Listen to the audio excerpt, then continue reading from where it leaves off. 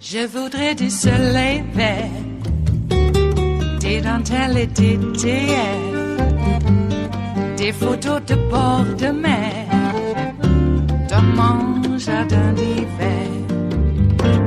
Je voudrais de la lumière, comme en Nouvelle-Angleterre. Je veux changer d'atmosphère, dans mon jardin d'hiver.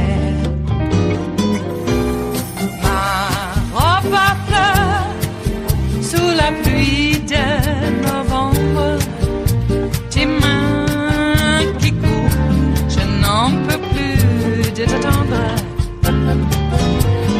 Les années passent, il est loin, là je tombe. Nul ne peut nous entendre. Je voudrais du Fred Astaire, revoir un latte. How does it work for you when you have your president that you're seeking re-election? He is seeking to do that. So you're telling me today you're not looking for foreign help, but the Ukraine call notes, even before you get to the whistleblower, have the president saying, do me a favor, go after a domestic rival, Joe Biden. That is not what the transcript says, and you know better tn that, Ari. He says, go do me a favor, look into corruption, look into the incidents that were detailed in the 2016 election meddling, which I know many on this network have said we've got to do more. Let me read to you again, and it's important that we deal with the facts. Let me read to you from the administration of Donald Trump describing what this is. Quote, the president wanted allegations of corruption involving an American official, that's Biden, to be investigated by Ukraine. Do me a favor, investigate Biden. Why are you denying that when we all can see out here in the light of day? And I know we started the interview with you saying, unlike Lewandowski, you said you weren't going to lie in this interview. I'm reading to you from what the White House put out this week, currently. I'll reiterate to you what the actual phone call said. It talked about looking into Ukrainian meddling in the 2016 election, and it also talked about investigating the former vice president of the United States. Right, investigating Joe Biden as a rival. So that is the position. So vice president of the United States. You have a president running for re-election who has now admitted he's basically open to collusion, seeking it. But you're telling me tonight you're not going to do that because it's against the law. I disagree with it. It's collusion. Let me play for you before I let you go. Let me play for you before you go. The president's multiple statements, which you're familiar with, inviting foreign help. That's now such an issue on your 2020 campaign. Take a look. Russia, if you're listening, I hope you're able to find the 30,000 emails that are missing. If somebody called from a country, Norway, we have information on your opponent. Oh, I think I'd want to hear it. President Trump says, I would like you to do us a favor, though, asking for Ukraine to investigate matters involving the origins of Special Counsel Robert Mueller's inquiry. Later, the president also asks Zelensky to look into Joe Biden and his son Hunter. I give you the final word, sir. How do you run for re-election with a president who's gone from, as asked, no collusion to what we just saw with our own eyes, welcoming the help and collusion of multiple foreign governments on the record now? I think it's absolutely important that as it relates to Ukraine, that just because the former vice president is running for president, his actions as vice president deserve to be investigated. If there was any impropriety in his son receiving money, it should be fully explored. So the president ran on investigating Hillary last time, and you're admitting here tonight you're running on investigating Biden this time. I think any actions by a former office holder in their official capacity, if there is some allegation of impropriety, it would need to be explored. It is Friday, the 27th of September of 2019, and you are in West Coast Cookbook and Speakeasy. I am your chef de cuisine, Justice Putnam, and our daily special is Blue Moon Spirits Fridays. You know that we are all Nighthawks in the Diner of Life. Well, the French 77s are all mixed and poured for your imbibing pleasure in this virtual world. And do take care if you happen to mix one up in the real analog world.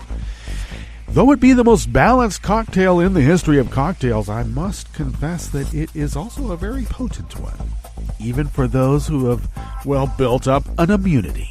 So do take care. Share with a friend. Don't just experience it alone. No. All right.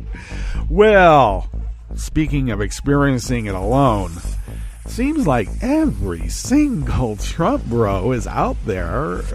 Well, I wouldn't say every single one, but the sycophants who are tasked with going in front of the camera. Boy, I'll tell you, I think gaslighting doesn't really describe what the hell is going on. No, I don't. And, of course, that was a senior Trump official trying to explain without lying, like Lewandowski, how asking for foreign help in an election is against the law and okay at the same time. Well, it's against the law definitely against the law if a Democrat does it. Definitely. I got to tell you, if a Democrat did it, we would turn them in. We Democrats. As soon as somebody found out that they were doing that, they would be turned in, and they have before. Not that they've ever done it to this level, but I'm just saying, on governors and, city council people. Don't do that. Can't get away with that. Anyway, it's wrong. Yeah, every side, I suppose, has their grifter element. But I don't know what it is about their right that thinks that they can grift off of the most, dupable dupes.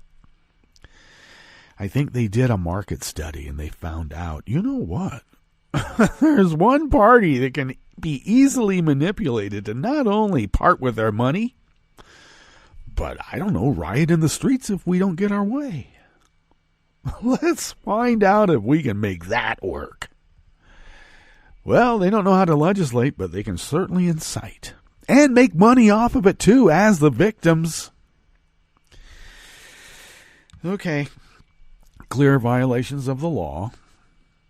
Explained away as everybody does it. Which is sort of the NRA's take on the law, too. We can't have regulations on guns because, then all the criminals will have guns. I mean, you can't keep people from having guns, so let's not keep people from having guns. And it seems to have worked pretty darn good, at least here in the United States. I know that there's a few other countries that are saturated with weaponry among the civilian population, but yeah, I wouldn't say that they're on the level of cray-cray that we are. Jeez. Depends on who the mob is, I suppose, if you're going to be ruled by the mob. If you're the mob, like, the population that makes up the electorate in a representative democracy, if you're that mob, you're the enemy of the people. But if you're an organized crime mob with international connections, oh my, you say what is the law and you make the order. So it is just law and order. And that really, I got to tell you, the people who are enforced with the, pseudo-authoritarian resolve to keep the law and the order, the ones currently now, I'll tell you, that seems to be a universal across cultures, nations, religions. As soon as those guys get a chance to put the shackles on whoever and everybody, oh my God, nothing will stop them. Not a thing. And we've seen that down through history. Not that it repeats, but it certainly resonates.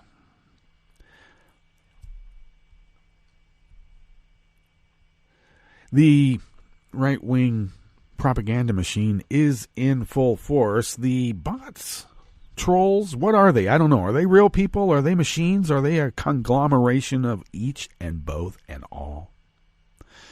are working overtime. I don't know. How does one person get that many gifts and that many memes to throw out there? Who? Not any one person. No one has that much time. They're doing it in shifts. It took them a while. There was a bit of a delay. The usual Trump bros, MAGA hat, Colt 45, and then I would also say the anti-vaxxers sort of span a spectrum into both in a way. It's really weird. But regardless, the usual suspects were exceedingly quiet and still are. But the trolls and the bots, whether they're humans or not, or both, they've really ramped it up in the last, 18 to 30 hours. So that's interesting. And it's the usual, we got to convict Biden. I'm laughing. They think Biden's going to be the nominee, so you're going to go after Biden?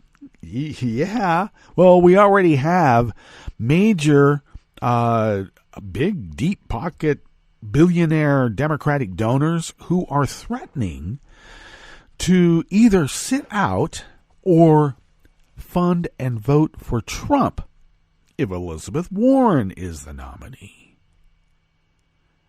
Now, we must remember, she does come from them. She also taught economics at Harvard, among many other universities, by the way. And apparently they fear her so much that they're going to vote for Trump. Well, look, you can all buy a timeshare at Gorky Park and have Steven Seagal as a neighbor. If you don't like it here, you will be embraced with open arms. And you don't have to call yourself businessmen anymore. You can call yourself what you really are, and that's an oligarch. Yeah, in Russia they have oligarchs. Here we have businessmen. So, I hear that we are going to have our representatives not take a break and will be working through this upcoming recess. In fact, I heard it from Nancy, but now I'm hearing maybe that's not going to be the case. So that's interesting, but I have an idea that staff will be working overtime.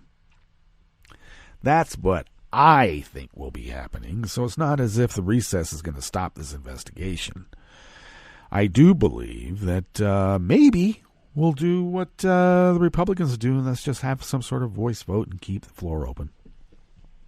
Even if it's only one person saying aye. They want to play that game? Well, maybe we should too, since we follow the rules. The whistleblower followed the rules. Oh, that's another big story. First went to the, I guess inside the intelligence and filed a whistleblower report there of sorts. And that was going to go straight to the White House and did. And that's why this whistleblower report and complaint that we know of now exists. Who is following the law? We do. And we get it used against us every time. But you know what? We can use the law in a minuscule, nuanced way if we could just get over the idea that it's all right to play tough and rough. I know we're going to be construed and called the evil left, the violent left, liberals, and the liberals going to be a word that's a pejorative again. We're going to be punished just like we were punished after Nixon, and it will be generational. And they're going to punish us hard this time. You think Trump was punishment for electing the black guy. And I would say for impeaching Nixon, or at least forcing him from office. We're going to get hurt really bad this time. So we not only have to gird our loins for this impeachment battle, but we better damn well be prepared with a well-regulated intellectual militia that can muster in a moment and fend off all these assaults upon us that is going to come, and we need to be prepared. It will be generational. It's going to last longer than my lifetime, I can tell. What's on the rest of the menu here in the Bistro Cafe of West Coast Cookbook and Speakeasy? Blue Moon Spirits Fridays. I want my French 77. Well, a district judge denied the release of a Canadian man accused of duping an Oregon woman in a Bitcoin fraud. Yeah. Quite a bit of money, too. I just consider Bitcoins to be, monopoly money. But apparently in some virtual world, it can be turned into analog money, and it can be quite substantial. A 68-year-old Missouri man is charged with flying to the San Francisco Bay Area, renting a car, and setting dozens of fires in the grassy foothills of the East Bay. Now, why would he be flying to California to set fires? I just cannot imagine what would motivate a white guy from Missouri to come into the San Francisco Bay Area that is violating EPA regs by housing the homeless on the streets against in contravention of all that is humane. Why would he be flying to the San Francisco Bay Area and setting fires? The mind reels trying to figure that one out. And former acting ICE director and current anti-immigrant Fox talking head Tom Horman sneered that the first Indian American woman elected to Congress works for him. And don't you forget it. Ever. After the break, we then move to the chef's table, where Czech opposition lawmakers failed in their bid to remove their president after he was accused of violating the Constitution. And former French President Jacques Chirac, the political chameleon, by the way, has died at age 86. All that and more on West Coast Cookbook and Speakeasy. Bon appetit.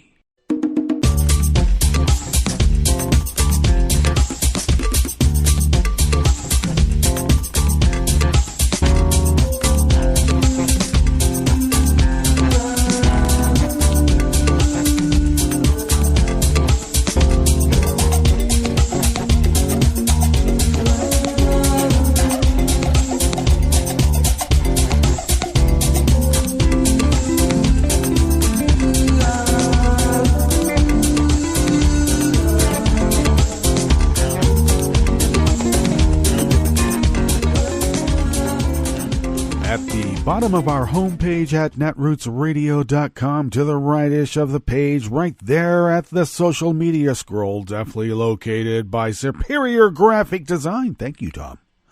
Is our chat room link, monitored by Kelly Lincoln. Thank you, Kelly. To the leftish of the chat room link at the bottom of our homepage at netrootsradio.com. Equally, definitely located by Superior Graphic Design. Thank you, Tom. Is our Patreon link. And all kidding aside, please do become a recurring Patreon of Netroots Radio. We have been doing this resistance for over 8 years now, celebrating our 8th anniversary. And the workhorse machines that have been helping us resist, because we have ascribed human qualities to them, because that's how we are. Hi, Tom. No, he's not a machine, but he works like one. Anyway, our machines had been replaced halfway through this 8-year endeavor, and now the current machines that were newish at the time, they're degrading. No.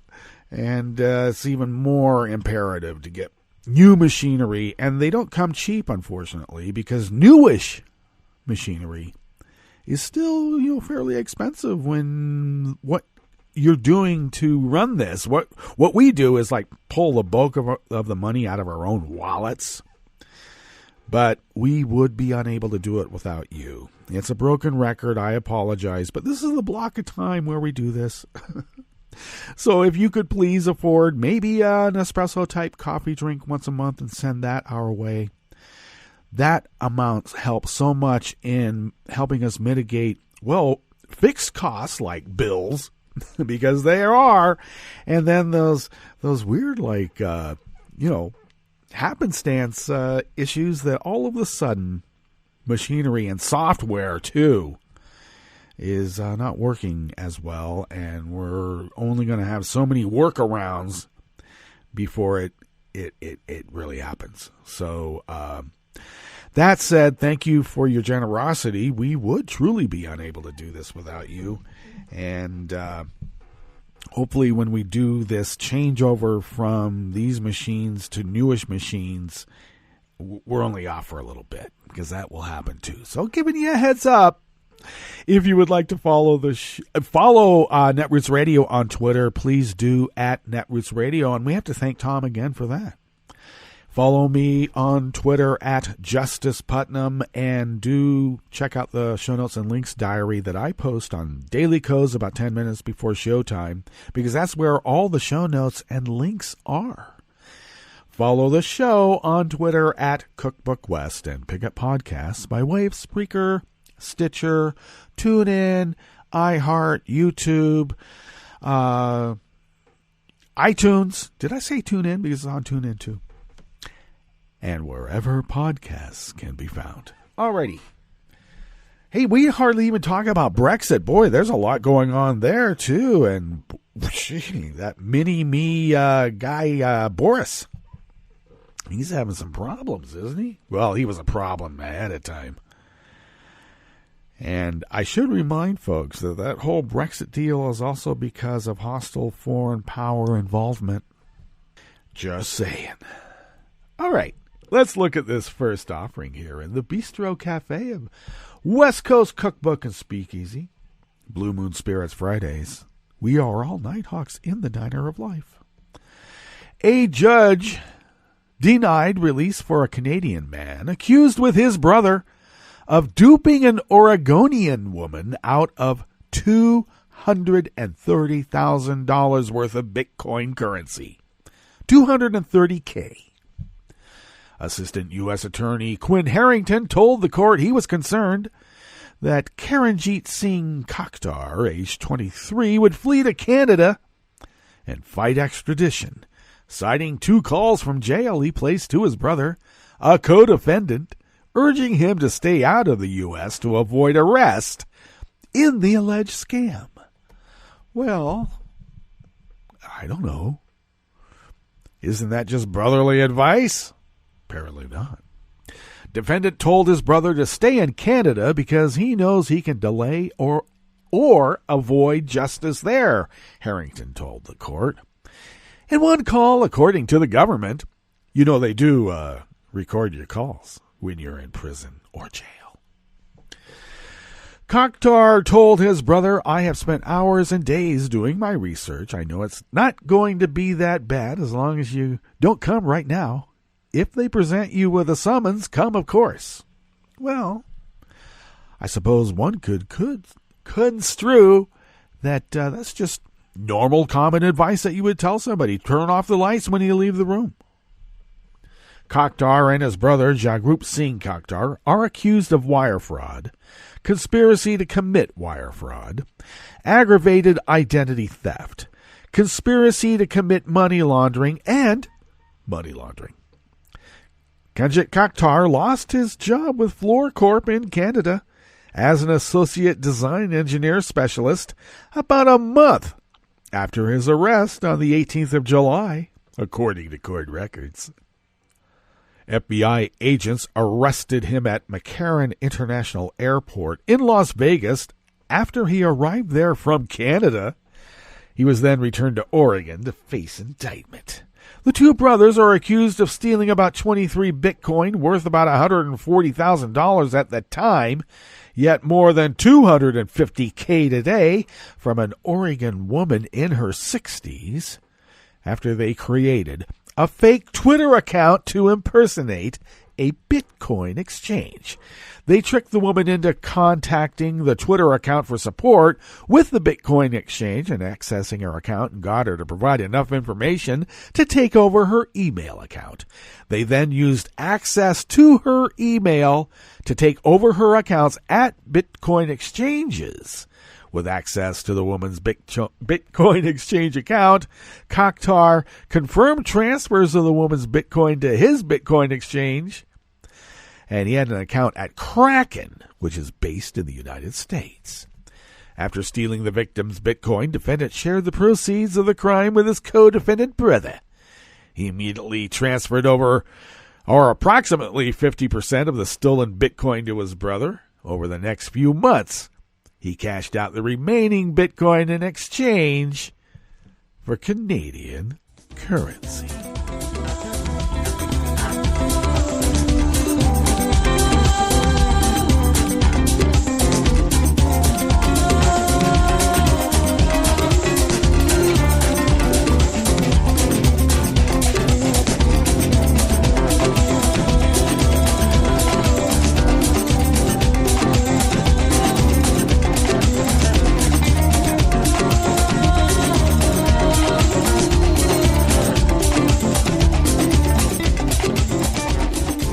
Anonymous worker bees at the San Francisco Chronicle's website portal SFGate bring us this next offering here in the Bistro Cafe, a West Coast Cookbook and Speakeasy. Authorities say a Missouri man is suspected of flying to California and lighting multiple fires by throwing flaming pieces of paper from his rental car onto the grassy foothills in the San Francisco Bay Area. The East Bay Times reported that Freddie Graham ignited more than a dozen fires in a 24-hour span that lasted over the weekend near Milpitas. Santa Clara County prosecutors said this 68-year-old was arrested while returning the car to the San Jose airport thanks to a witness who wrote down the license plate. It was not immediately known if he has an attorney. Graham of Lone Jack, Missouri. Another lone wolf, this time from Lone Jack, has been arraigned on 15 arson-related charges. He was held on $500,000 bail. Graham has no connection to California, and it is not known why he started the fires, or why he targeted the San Francisco Bay Area. Wink, wink.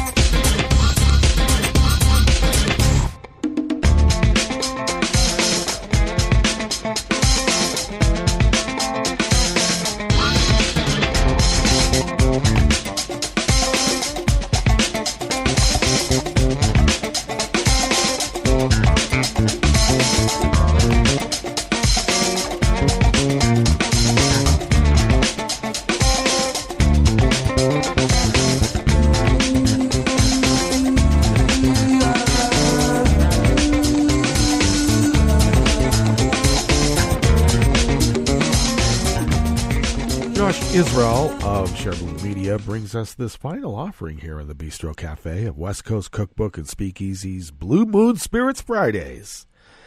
Tom Horman, one of the most despicable jar-headed bigots that has been part of the Trump administration. Trump's former acting director of ICE and a current Fox News anti-immigration talking head was one of two witnesses invited by the Republican minority for a hearing at the House Judiciary Committee's Immigration and Citizenship Subcommittee. When Representative Pramila Jayapal, Democrat of Washington State, the vice chair leading the meeting and the first Indian-American woman to serve in Congress, tried to enforce time limits, he melted down and screamed that she worked for him. Oh, really? Like a domestic worker? Mopping your floors? Cleaning your underwear? That kind of work for you? What do you mean? Do tell, Tom Horman.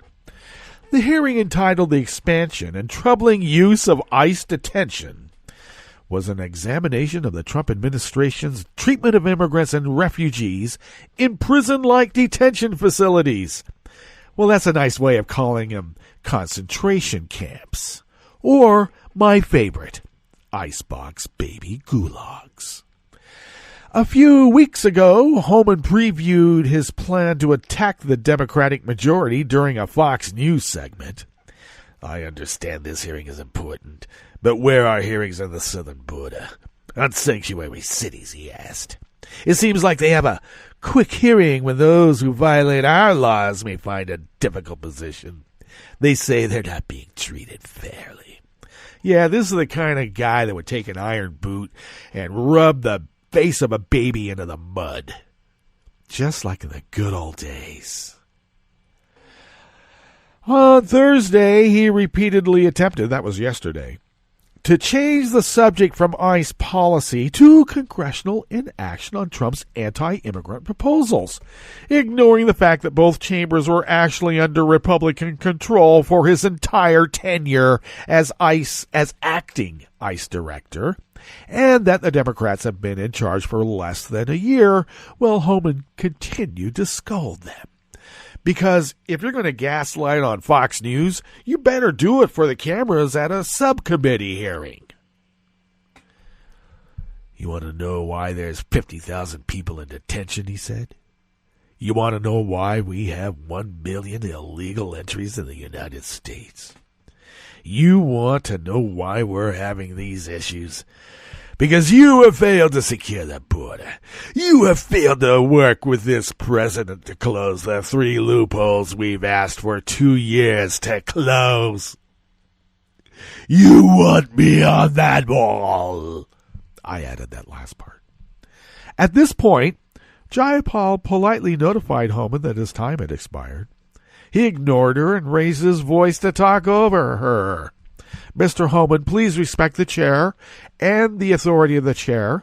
The time of the gentleman has expired, she told him.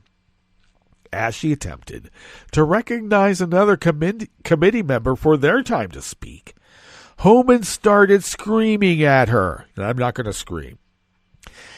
I have asked you politely to go beyond my time, and you let other people go beyond their time, but not to Tom Horman, he stammered. He don't get to go beyond his time. This is a circus. When Jayapal tried to explain that one person had been given extra time by bipartisan agreement due to being interrupted by a protester, Horman again shouted over her, You work for me! I'm a taxpayer! I'm a taxpayer! You work for me! And you have to see the clip. It's really sick. When Trump picked Horman for a Homeland Security job in November of 2017, the announcement identified him as a resident of the Commonwealth of Virginia. Given that Jayapal is a representative from the state of Washington, Horman might want to reread Article 1 of the U.S. Constitution. If only Horman was not one of those who thinks the Constitution is just a goddamn piece of paper. Well, on that bright note, let's go to our break. And when we get back from that break, we are going to go through weather from around the world and finish up with the stories that we have curated for you today. You are listening to West Coast Cookbook and Speakeasy, and we will be right back. You are listening to netrootsradio.com. Please hang up and try again.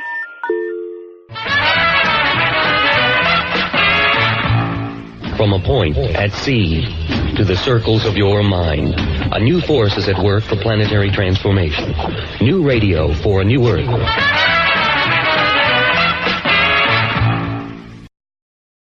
This is Take Two Movie Review. I'm Clinton Johnston. This week, you say, wait a minute.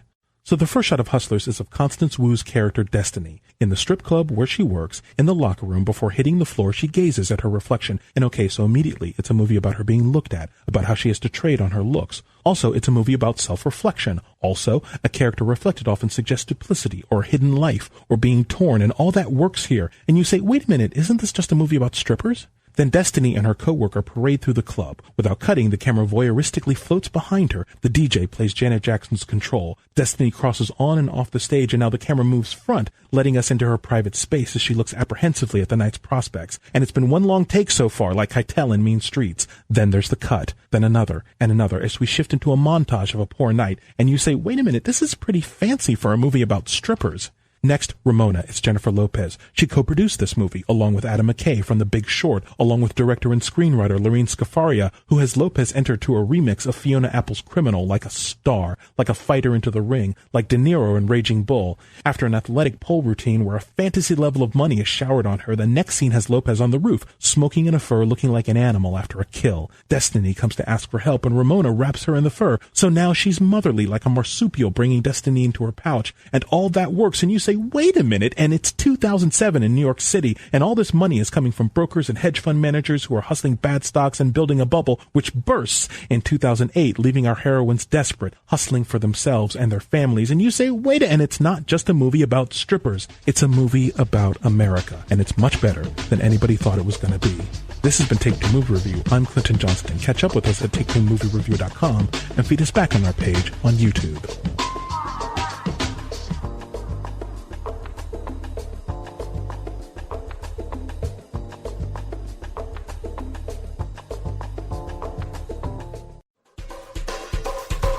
This is Scientific American 60-Second Science. I'm Aline Augenbraun. Plastic waste breaks down into ever smaller pieces, becoming tiny enough to waft in the air and flow in the water. A study published in June found that a person on average inhales or swallows at least 74,000 microscopic particles of plastic each year. And there are multitudes of minuscule plastic beads and fibers in the environment. So what's the most common type of microplastic? Recent research finds that, in freshwater at least, it's tiny pieces of artificial fibers, from laundry lint. We were interested in the microbeads, and we found them, but we found microfibers much more prominently. And so 60% of the microplastics that we obtained were actually these microfibers. Sherry Mason is a chemist specializing in plastic pollution in freshwater systems at Penn State Behrend. I was surprised, although like you kind of go, oh, I really shouldn't have been, because we all clean out our lint filters on our dryers, so we should be like, oh, of course, if it's coming off in the dryer, the whole process is starting in the washer. Synthetic textiles shed non-biodegradable fibers which enter wastewater and travel beyond. Mason's report is in the publication American Scientist. There are microplastics in the air, and as you have, precipitation events, they come raining down, or as basically air comes in contact with water, these microplastics are going to end up in the water that way. Even in the most isolated corners of the world. Mason notes that natural materials also shed fibers in the wash, but microbes know how to digest them. Not so for microplastic fibers. They may take centuries to degrade, so they accumulate. And microfibers are quickly becoming kind of the most prominent. You find them everywhere. And I think now people are like, okay, we really need to be looking at these fibers. For Scientific American 60-Second Science, I'm Aline Augenbraun. Sweetie, want some fruit? You have to use the right tool for the job. A power drill is the wrong tool to slice fruit. Just like an antibiotic is the wrong tool to treat viruses, including colds and flu. Antibiotics are only needed for certain bacterial infections. When they aren't needed, antibiotics won't help you, and the side effects could still hurt you. Ask your healthcare professional when an antibiotic is the right tool and when it's not. Visit cdc.gov/antibiotic-use. This is a message from CDC. After hurricanes, tornadoes, and floods, standing water and excess moisture help mold grow in your home, garage, and other structures. When you return to a home that has been flooded, know that you're likely to have mold. Mold puts your family's health at risk. If you have mold growing in your home, you should clean it up and fix other water problems, such as leaks in roofs, walls, or plumbing. Keep your children and pets out of affected areas until you've cleaned. Control moisture in your home to prevent mold growth. To remove mold growth from hard surfaces, use commercial products, soap and water, or a bleach solution of no more than 1 cup of household laundry bleach in 1 gallon of water. Follow the manufacturer's instructions. Never mix bleach with ammonia or other household cleaners. It will produce dangerous, toxic fumes. Open windows and doors to provide fresh air. For more information, visit cdc.gov or call 1-800-CDC-INFO. In 2012 in the United States, about 317,000 motor vehicle crashes involved a large truck. 26,000 truck drivers and their passengers were injured in these crashes, and about 700 died.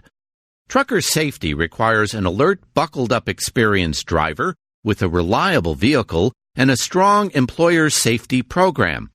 Seatbelts are the most effective way to prevent an injury or death in a motor vehicle crash, but in 2013, 1 in 6 drivers of large trucks didn't use their seatbelts.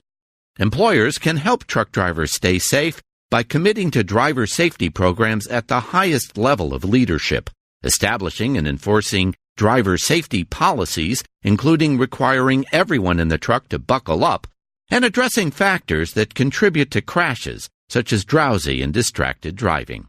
To learn more, visit cdc.gov/vital signs. I'm probably okay to have one more drink before I drive home. I'm probably okay. I open the window to stay alert. Probably okay. I just popped some gum in my mouth. Step out of the car, please. I probably made a mistake.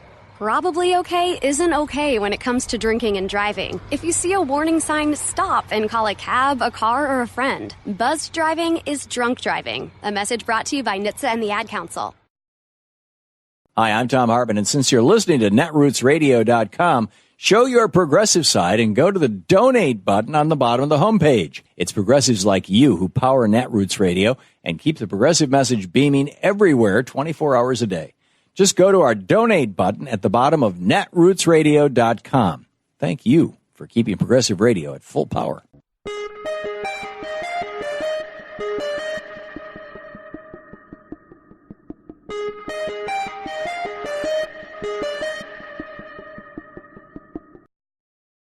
The nation's top immigration judge just quit. I'm Bill Newman, and this is the Civil Liberties Minute.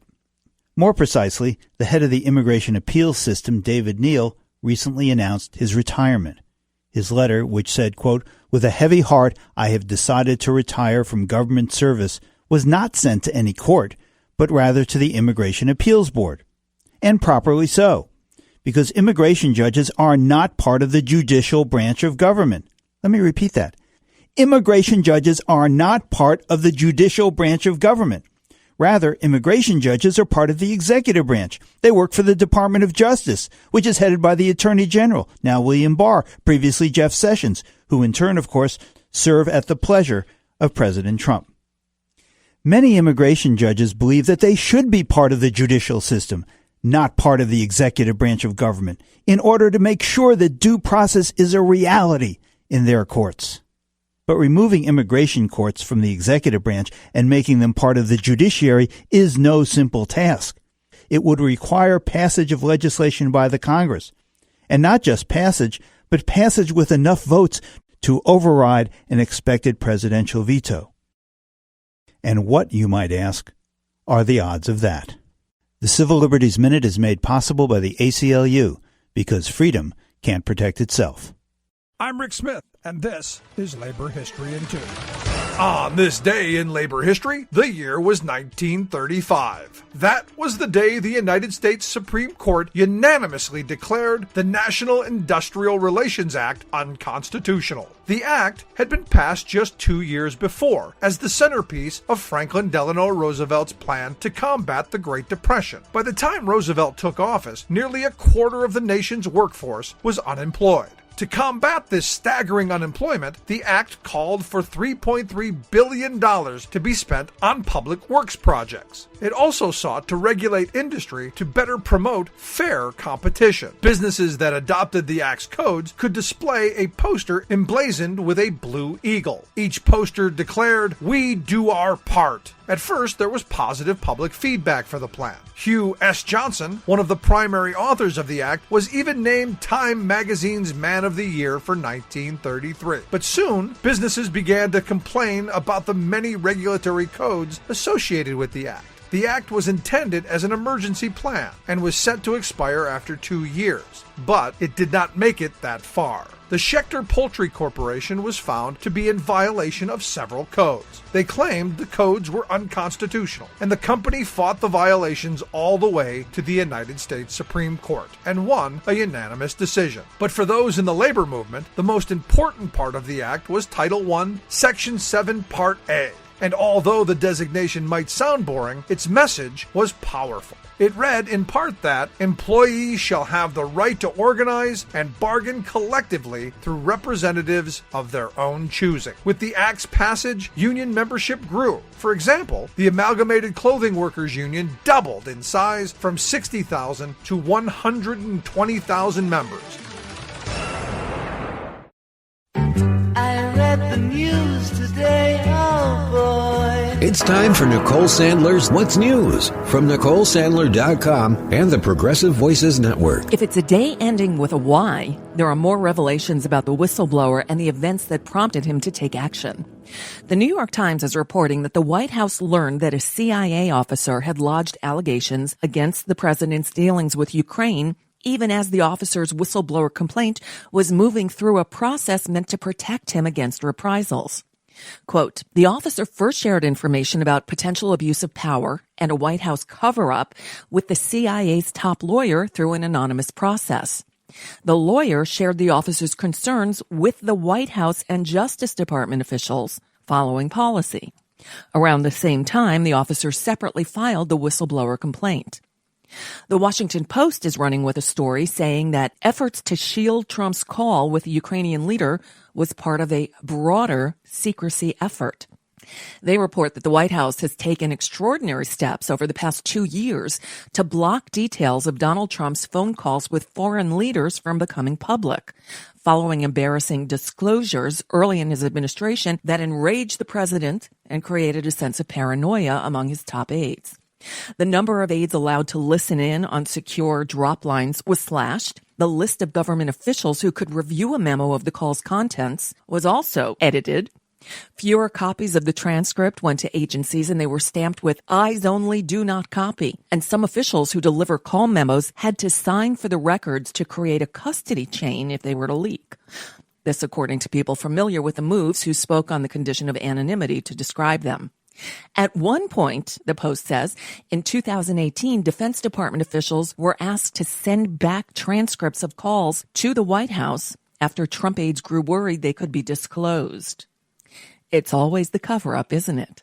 Now on to the impeachment process, where reports point to Nancy Pelosi pushing for a very narrow focus only on Ukraine.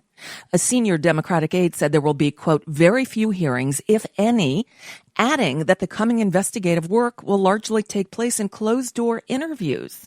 All right, I know this is a news segment, but I must inject my opinion here. She's going to blow this entire thing.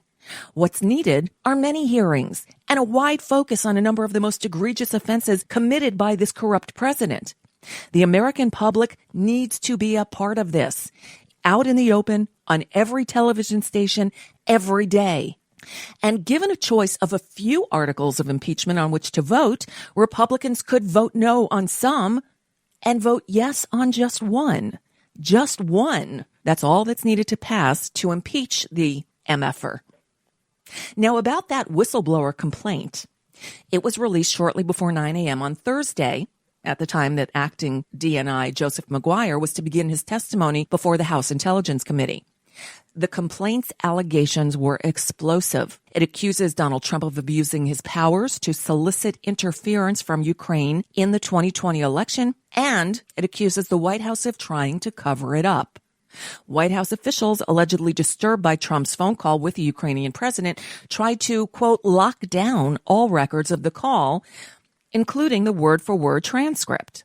Again, it's always the cover-up. Well, Donald Trump, predictably, went off the rails.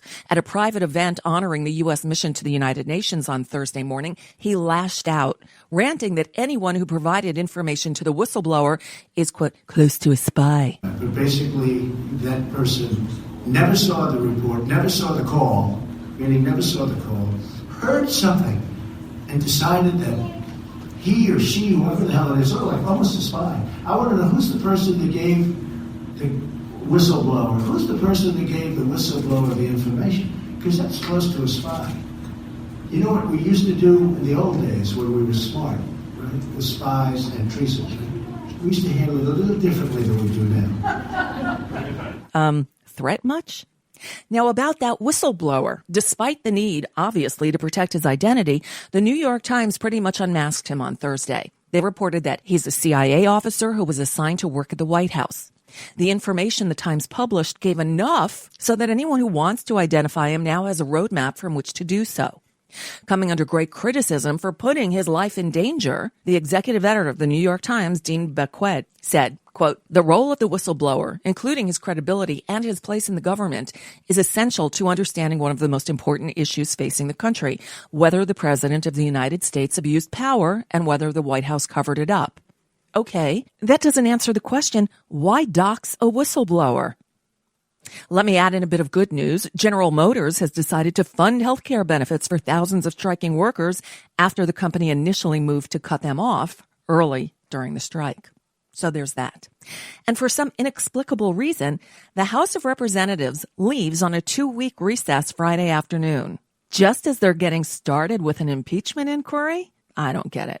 Although Intelligence Committee Chairman Adam Schiff did signal that his committee will work through the break. And that's just a bit of what's news for now. I'm Nicole Sandler. If you appreciate these reports and the Nicole Sandler Show, I hope you'll consider making a contribution. My work is 100% listener supported, which means I can't do it without your help. Find out more at NicoleSandler.com. Please click on the donate button.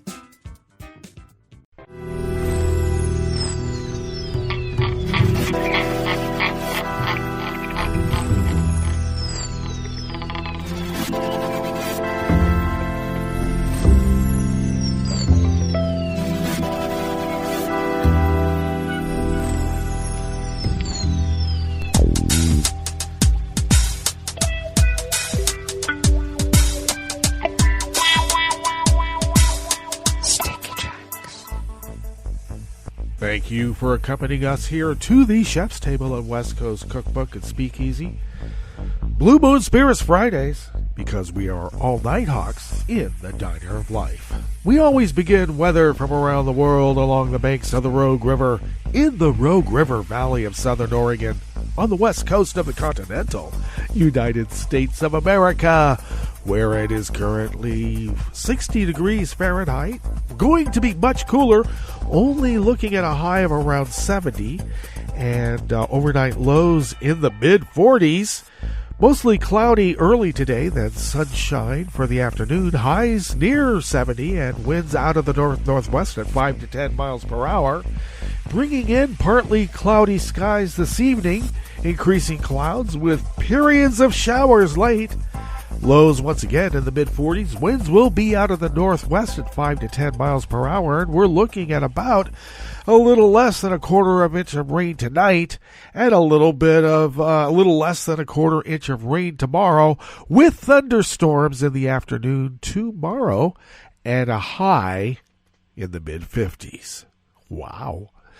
Fall is upon us. Ragweed pollen is high, and I can attest to that because something is stuffing up my nose, and I may have to, vacate whatever is there in a muted period soon.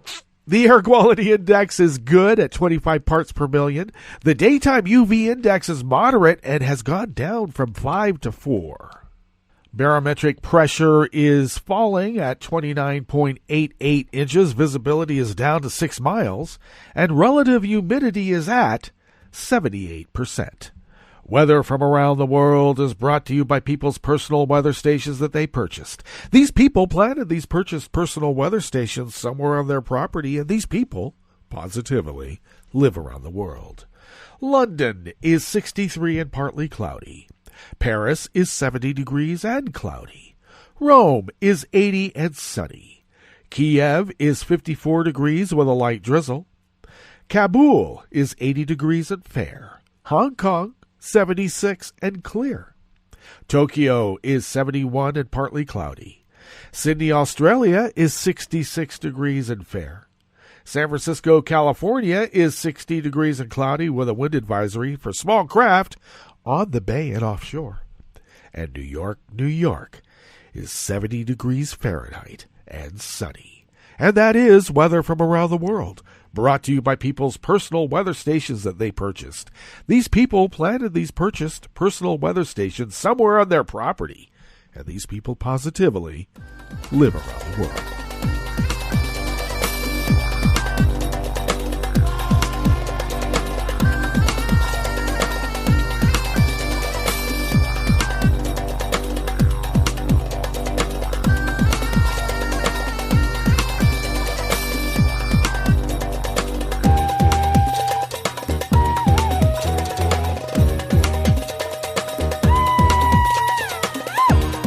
Anonymous worker bees and Reuters bring us this first amuse-bouche here at the chef's table at West Coast Cookbook at Speakeasy.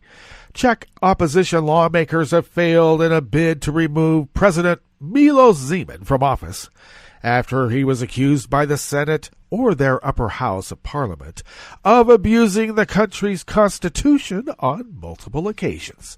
The opposition sought to use a 2013 amendment allowing the Constitutional Court to remove a head of state if, after examining a case, it finds a, quote, blunt breach of the Constitution. Zeman said he had not abused the Constitution. In the Czech Republic, the president holds a ceremonial office, whereas executive power lies with the government.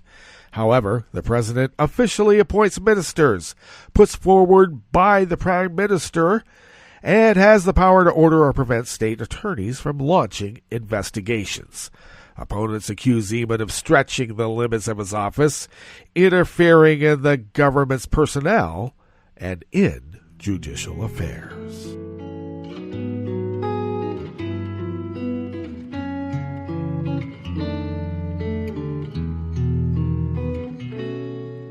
Je te donne ce mon amour pour la vie entière. La promesse de me trouver à tes genoux. Aussitôt que tu m'appelles, rester toujours fidèle. C'est tout, c'est tout. Je te donne tous mes printemps, mes étés de mer, mes automnes quand les feuilles tombent partout. Si ce n'est pas une bonne affaire, je te donne tous mes hivers, c'est tout. Sophie Louet and Michael Rose of Reuters brings us this final amuse-bouche here at the chef's table at West Coast Cookbook and Speakeasy. Former President Jacques Chirac, a political chameleon who dominated French politics for decades and strived to make France's voice heard in Europe and beyond, has died at the age of 86. Chirac was president from 1995 to 2007. He shaped his style in the mold of post-war leader Charles de Gaulle, seeking to strengthen France's status as a player on the world stage, and was best remembered for his opposition to the war in Iraq. The National Assembly interrupted a sitting to hold a minute's silence. President Emmanuel Macron canceled a public engagement and declared a national day of mourning for this Monday. And the lights on the Eiffel Tower were turned off. And that brings us to the end of our broadcast period for the day and the week, but you do know that Netroots Radio is going to broadcast on. In fact, we're going to meet up on Monday for River City Hash Monday, so do stay tuned to Netroots Radio all day and all night for all the breaking news as it breaks. And we'll meet up here on Monday, right here in West Coast Cookbook and Speakeasy. Bon appetit.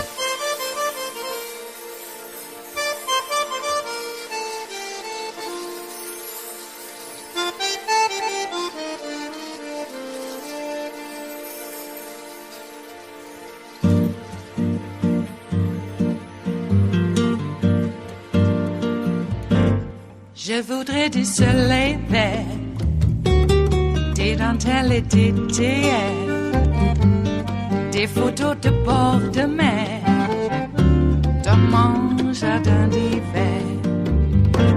Je voudrais de la lumière, comme en Nouvelle-Angleterre. Je veux changer d'atmosphère, dans mon jardin d'hiver.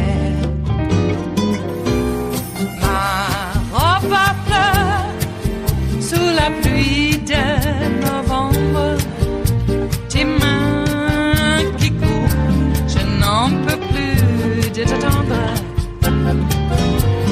Les années passent, il est loin, là je tombe. Nul ne peut nous entendre. Je voudrais du Fred Astaire, revoir un latte Goël. Je voudrais toujours te plaire dans mon jardin d'hiver. Je veux déjeuner par terre, comme au long de golfe clair, t'embrasser les yeux ouverts dans mon jardin d'hiver.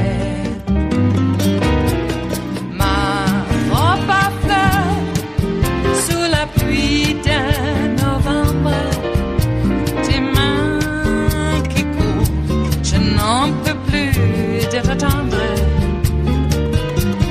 Les années passent, il est loin, là je tombe. Nul ne peut nous entendre. Ba-da-da-dum-di-da-dum. Ba-da-da-dum-di-da-dum. Ba-da-da-dum-di-da-dum. Dans mon jardin d'hiver. Ba-da-da-dum-di-da-dum. Ba-da-da-dum-di-da-dum. Ba-da-da-dum-di-da-dum. Dans mon jardin d'hiver.